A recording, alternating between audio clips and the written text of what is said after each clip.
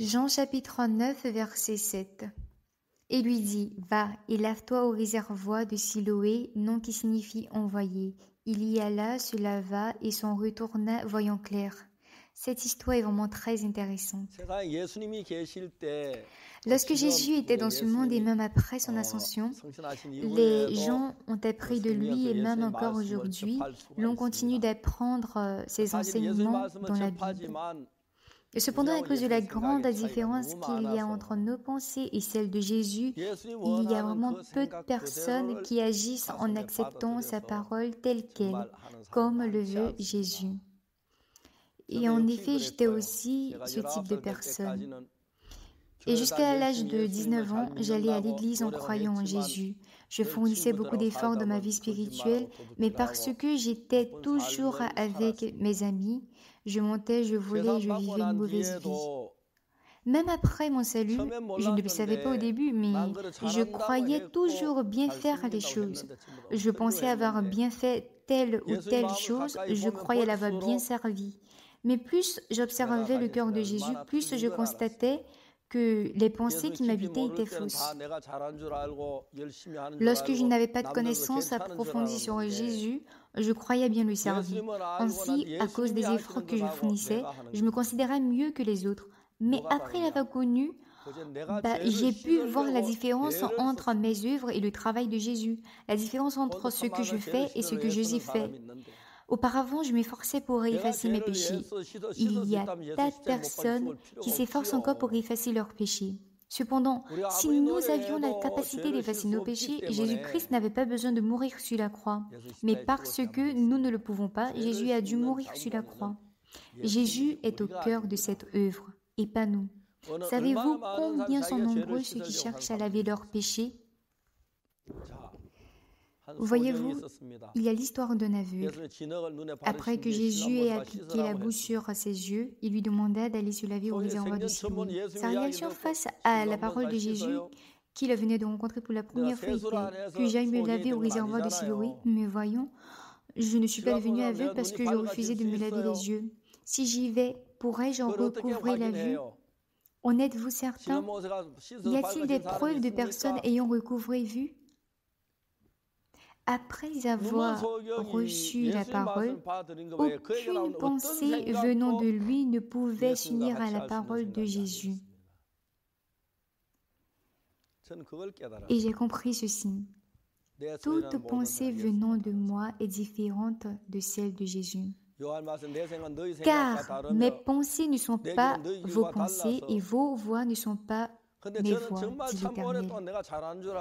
Mais moi, je croyais depuis fort longtemps que je me comportais bien et je fournissais tout mon effort pour plaire à Jésus, pour effacer mes péchés. Aujourd'hui, quand j'y pense, je comprends que le fait de fournir des efforts pour effacer mes péchés est repousser Jésus qu'il a déjà fait. Vous vous rendez compte à quel point c'est un vice? Le péché ne s'efface pas par les efforts de l'homme. Si c'était le cas, Jésus ne serait pas mort crucifié sur la croix. Il n'y a pas d'autre solution pour effacer le péché. Et Jésus nous avait déjà lavés quand il était mort sur la croix, puis il nous a purifiés. Mais puisque nous nous considérons plus que Jésus à plusieurs niveaux, bien que nous ne puissions pas laver nos péchés, nous nous efforçons à le faire. Il en est de même pour bon nombre de personnes. Fournir des efforts pour effacer ses péchés n'est autre que rejeter la croix de Jésus. Cela s'explique par le fait que nous ne croyons pas qu'il a déjà lavé nos péchés. Il ne faut pas s'efforcer de se débarrasser du péché. Il faut reconnaître la vérité qui est que nous sommes lavés sur la croix, accepter la croix de Jésus. Si jamais nous continuons de laver nos péchés, cela supposerait que Jésus soit incapable de le faire, mais que nous en soyons capables. Ce qui voudrait dire que nous avons des compétences hors du commun plus que Jésus. Mais quand on y pense, ce raisonnement n'est que stupidité et fausseté. Or, il y a beaucoup de personnes qui pensent encore être dans la vérité avec un tel raisonnement. Nous n'avons rien à faire pour le péché. Pourquoi? Car Jésus a tout fait. Il est inscrit dans la Bible que Jésus a fait grâce à tous nos péchés en étant encloué et mort sur la croix. Quoique nous ne trouvions pas notre raisonnement dans ce qui est écrit, le fait d'accepter serait croire en Jésus. Ces vertus pour effacer nos péchés sous-entend que Jésus, en mourant sur la croix, n'a pu effacer nos péchés, raison pour laquelle on s'évertue. Et pour voir laver le péché que Jésus même n'a pu faire, sous-entend que nous avons plus de puissance que Jésus. Et si nous nous posons calmement pour réfléchir, nous pouvons savoir que cet raisonnement incroyablement hautain n'empêche que beaucoup de personnes continuent de s'efforcer à effacer leurs péchés dans leur ignorance. Chose étonnante est qu'il est écrit dans Jérémie 31, verset 34, « Car je pardonnerai leur iniquité et je ne me souviendrai plus de leurs péchés, dit l'Éternel. » Nous ne pouvons pas laver nos péchés. Dieu les a proprement lavés pour nous. Nous devons croire en cela.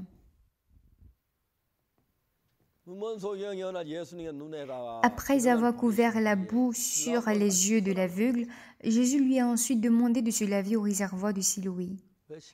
Pourquoi devrais-je aller me laver au réservoir de Siloé, Seigneur? Si j'y vais, pourrais-je retrouver la vue? Y a-t-il eu des personnes qui ont retrouvé la vue?